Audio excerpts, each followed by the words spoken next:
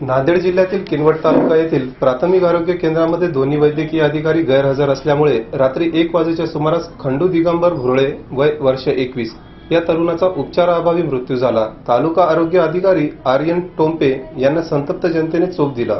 नांदेड जिल्ह्यातील किनवट तालुका येथील प्राथमिक आरोग्य केंद्रामध्ये दोन्ही वैद्यकीय अधिकारी गैरहजर असल्यामुळे रात्री 1 वाजेच्या सुमारास खंडू दिगंबर भुरके वय वर्ष 21 या तरुणाचा उपचाराअभावी मृत्यू झाला। संतप्त नागरिकांनी सकाळी 7च्या सुमारास प्राथमिक आरोग्य केंद्राला कुलूप ठोकले।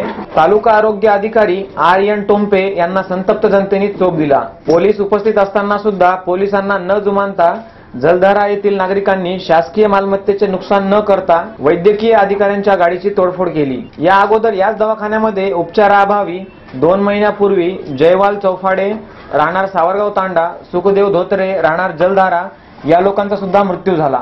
या दवाखान्यात 2 वैद्यकीय अधिकारी असताना सुद्धा त्यांच्यामध्ये समन्वय नसल्या कारणाने या परिसरातील नागरिकांना उपचाराअभावी अशा घटनांना सामोरे जावे लागत आहे। ही घटना वाऱ्यासारखी पसरली असता जवळील इस्लापूर पोलीस ठाण्याचे ठाणेदार हजर असताना सुद्धा जनतेला पांगवण्याकरिता दंगा नियंत्रणाची गाडी बोलवावी लागली। आता सध्याला प्राथमिक आरोग्य केंद्रामध्ये पोलीस तैनात करण्यात आले असून या दवाखान्याला छावणीचे स्वरूप आले आहे। सध्या तणावपूर्ण शांतता आहे।